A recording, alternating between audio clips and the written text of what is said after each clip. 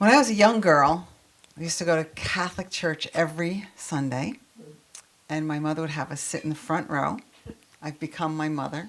I hate to say it, and sometimes I'm happy to say it. But one of the things that I would do is there was a board up, and it would list the songs that we were going to sing.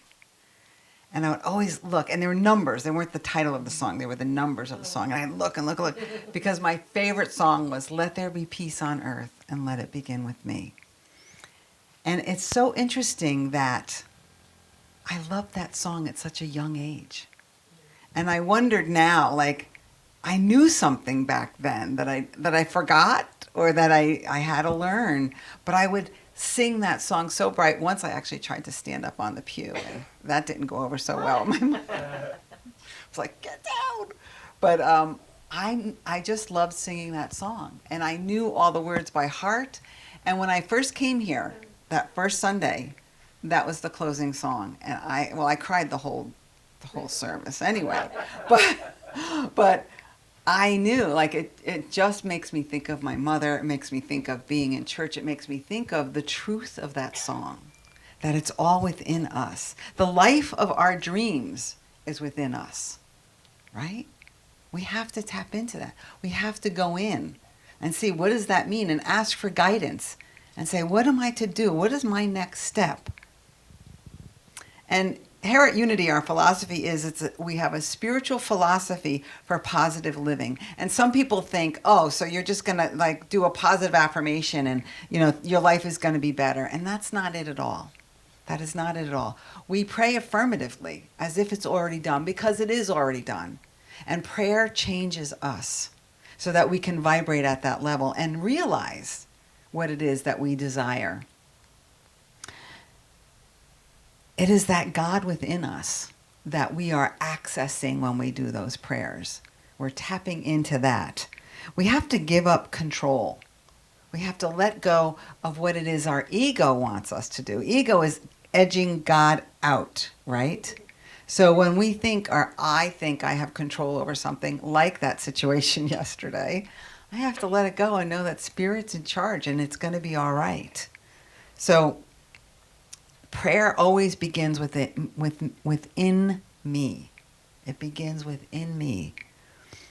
And another thing that in researching this talk I came across that I'd never heard before, because as a business person, I've always set goals, right? But what this particular woman talked about was how goals are set by what our mind thinks we can achieve. Intention, on the other hand, is what Spirit knows we can have.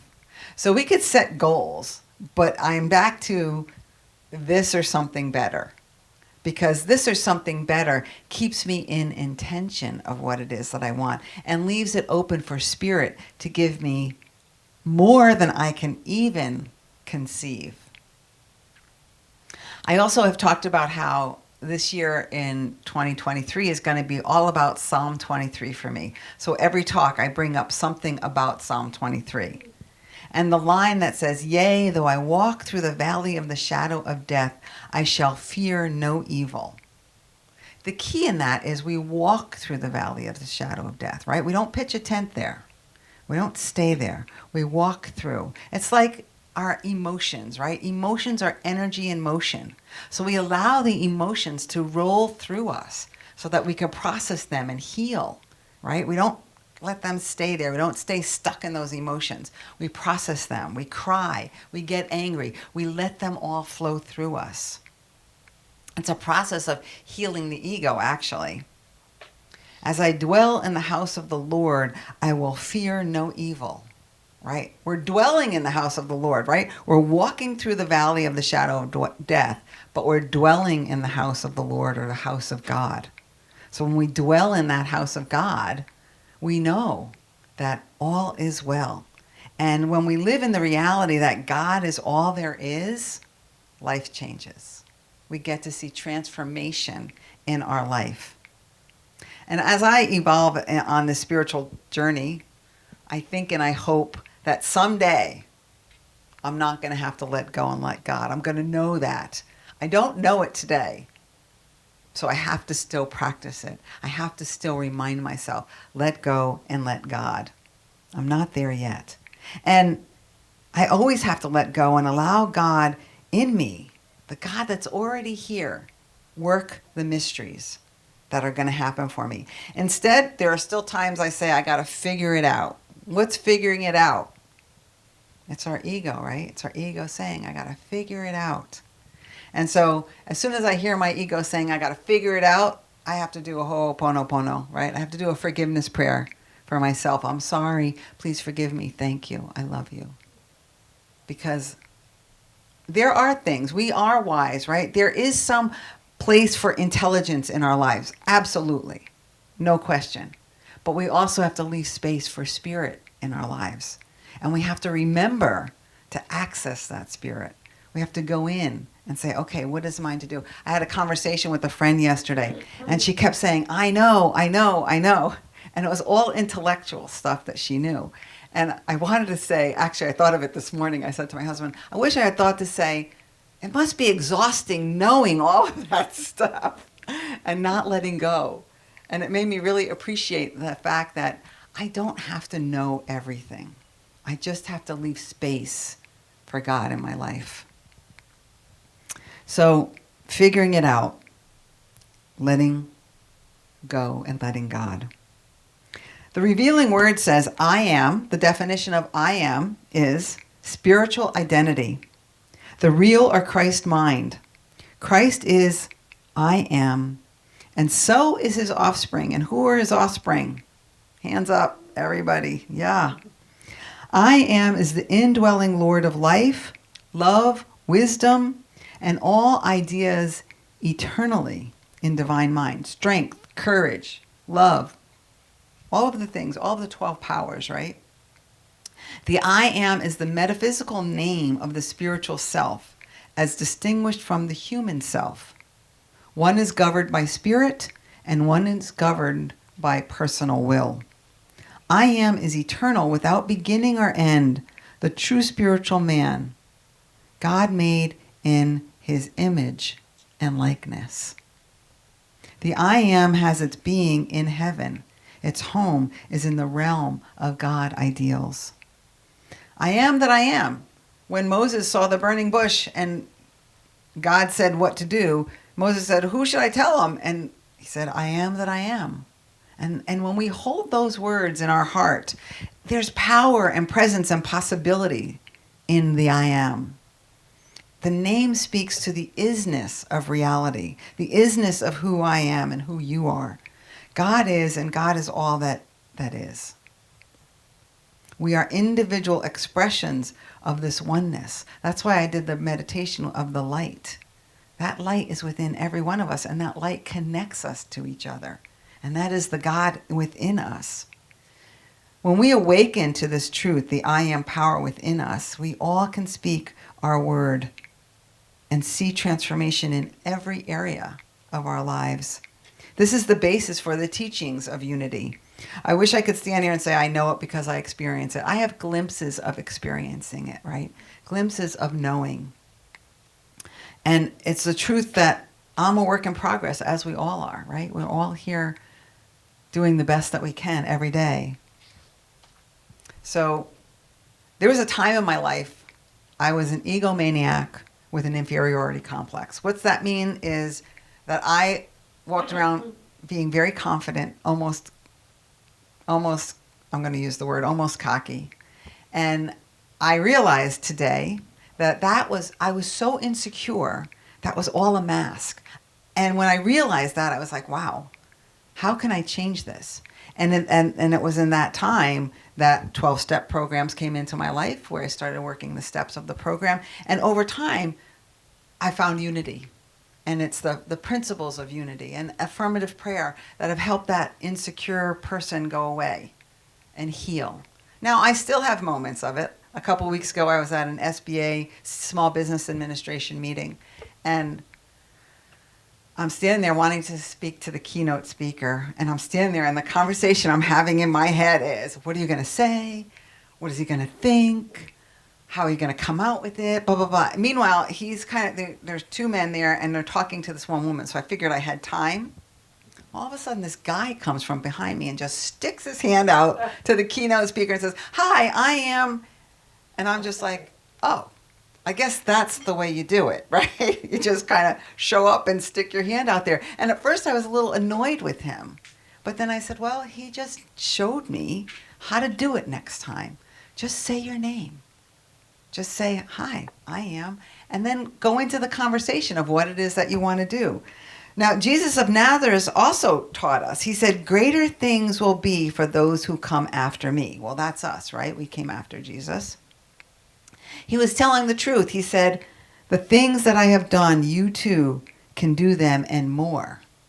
But we have to tap into that same power. We've sung a song here called "The Same Power." It says, "The same power that rose Jesus from the grave, the same power that commands the dead to wake, lives in us. The same power that moves mountains when it speaks, the same power that can calm a raging sea, lives in us. The same power that created heaven and earth lives in us." When I hear that song, it brings me to tears, and it's just like, okay, I have to remember that. I want to remember that more frequently, because that is so empowering to me. Greater is he who is living in me. He's living in me. He's living in you. He has conquered our enemy. No power of darkness, no weapon prevails. We stand here in victory. We stand here in victory. The Father and I are one. And it's not just Jesus. It's all of us. Jesus was our teacher, right? The I am power, the truth of our being, and we are invited into it. In Course in Miracles, it says, lesson 110 says, "I am as God created me. In this one thought, there is no separation of your mind from his. No split between your mind and other minds, and only unity within our own." The healing power of this idea is limitless.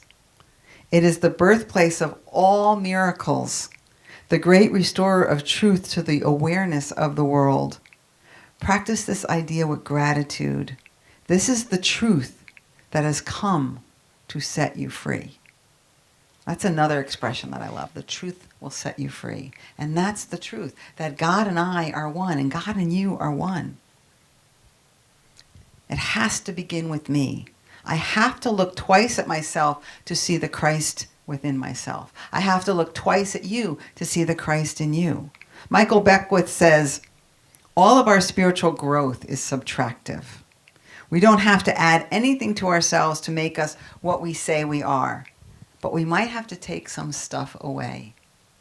There might be some old conditional thinking that we have to get rid of. There might be some house cleaning that we have to do, right? I go into a home and I cleanse the energy of a house. We have to go into our minds sometimes and cleanse the energy of our minds. At the last full moon celebration that I did, these were some of the things that I asked to let go of.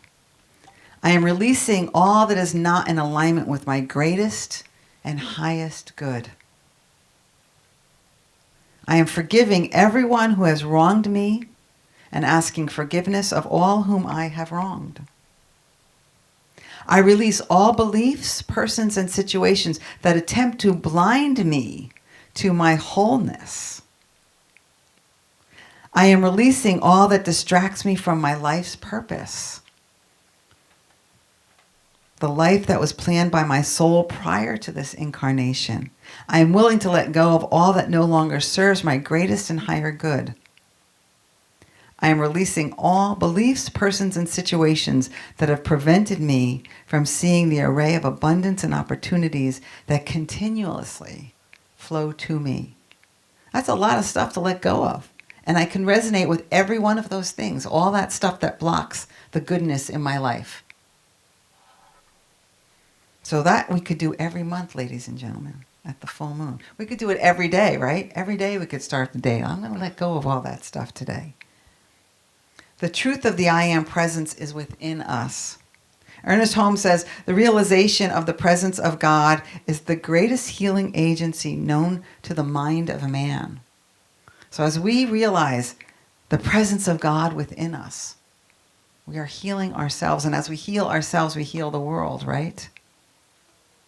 When we know that God's presence and power is here and here, it changes everything. But we don't always believe it, right? And because of that, we forget and we get the life that we believe that we're worthy of. There's a story that Jesus tells in the Gospel of Luke about a man who has two sons. You may be familiar with it. It's called the prodigal son. But the younger son says to his father, "Dad, I want my inheritance." Father says, "So it is. You can have your inheritance." So what does the young son do? He goes out and he squanders all of the money on the worldly things, on the sensory things, on women and wine and good food, and next thing you know, he's got nothing. But it was everything that he was seeking was of the physical world. And Jesus went on to say he lost it all. So he went to a landowner who had pigs, and he was paid a pittance to feed the pigs. Now, this is low. This is for a Jewish boy, a Jewish man. First of all, they believe pigs are not clean, but he was also a Jewish man with money. So he had really kind of hit a bottom. And nobody would help him. Now, from a metaphysical point of view, what this story is saying is God always says yes, right? The Father said yes. The law of cause and effect always says yes. So if you're thinking, I am abundant, powerful, the universe says, yes, you are. If you're thinking, I am unworthy, the universe says, yes, you are. So it begins with me. It begins with the thoughts that I have, right? If you're thinking, all I have is bad luck, the universe says, you're right. If you think, I am good, the universe says, you're right. So when the son asked for his inheritance, the father said yes. And the son went to a foreign land, which signifies he cut himself off from his source. The foreign land was away from his source of good. When he was hungry, nobody could feed him. What this means is that no earthly source for our good that will satisfy our spiritual hunger. Do you know anybody who's got a lot of money who's not happy? I know I do. I know more than one person. It's not the be-all, end-all, right? You can have all the wine and food and relationship you want and still be lonely and sad. So come home to the Father presence, the Mother presence within you. Let it begin with me. So when the son hit bottom, he woke up, and Scripture actually says he came to himself. He came to the truth of who he was inside of himself and inside of each and every one of us. This means he woke to the God within himself. He thought he had a divine idea. And the divine idea was, even the servants in my Father's house have plenty to eat. So he went home. He went back to his father. And the journey of the prodigal son is my story, is the hero's journey, is everybody's story. We're looking in the mirror. We have to look twice at ourselves until we see the Christ in ourselves. Eckhart Tolle says, it is all of our story, the journey from unconsciousness through apparent separation to conscious union. This is the story of the prodigal son. Our spiritual awakening is waiting for us. We were born of the heart of God, created with all that is, the I am that I am. And yet we're born in this conditional reality, right? We think that this is all that is. This is real, or that chair is real, or that our bank account is real. We find ourselves in need, and the way to fill that deep need is we have to return to God. The story goes on to say the son goes home, and even when he was far away, the father ran to meet him. It doesn't matter how far we go from remembering.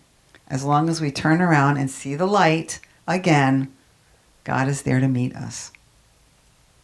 Always with open arms. When we turn from effect back to cause, the energy of life is there to meet us. Possibilities are waiting. The father brought him a robe and food and killed a fat calf for a party. And they had a feast because the prodigal son came home. And when the older son came home, he was upset. And he said, Father, he left. I've been here working. You never even gave me a goat. I heard that. I was like, oh. The father says that all I have is yours. Because that's what fathers say, right? That's what they do. We just have to ask. We're all characters of the story. We each have a little bit of each. We all have the father in us. We all have the younger brother, and we all have the older brother in us, right? We're called here to awaken. And we don't have to get it perfect. Just move in the direction of our dreams and remember who you are. And don't look to get it perfect. Look in the mirror and begin to love yourself like the child of God that you are, the way that God loves you. Reverend Michael Gott shared a definition of metaphysics that I loved. He said, metaphysics is not about denying our humanity, our human reality, our shortcomings, our disappointments, our losses. It is not about denying anything. It is about integrating the human experience as we identify with the ever-increasing awareness of our divine personhood. I love that. So you don't have to get it perfect. Just be willing to look. Look in the mirror and begin with that person looking back at you, remembering, knowing who you really are. And be careful about the story of pain and trauma that we have. It's a part of who we are. Sometimes our purpose is found in that pain and trauma.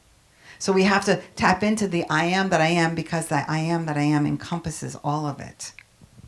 Now, I want to say the prayer for protection. I want all of us to say it, but I want us to say it a little differently, and I don't know how to explain it other than just to do it. So we're all going to say, the light of God surrounds me, but then we're going to say, I am the light. The love of God enfolds me. I am love. The power of God protects me. I am power. The presence of God watches over me. I am presence. Okay? Let's do it. The light of God surrounds me. I am light. The love of God enfolds me. I am love. The power of God protects me. I am power. The presence of God watches over me. I am presence. Awesome. Wherever I am, God is. Yes, you are, and yes, God is. So I want to say thank you. Thank you, thank you. I'm your sister in power, possibility, and prosperity. I see you, I appreciate you, and I love you. Until we meet again, know that you're blessed and a blessing. Oh, thank you.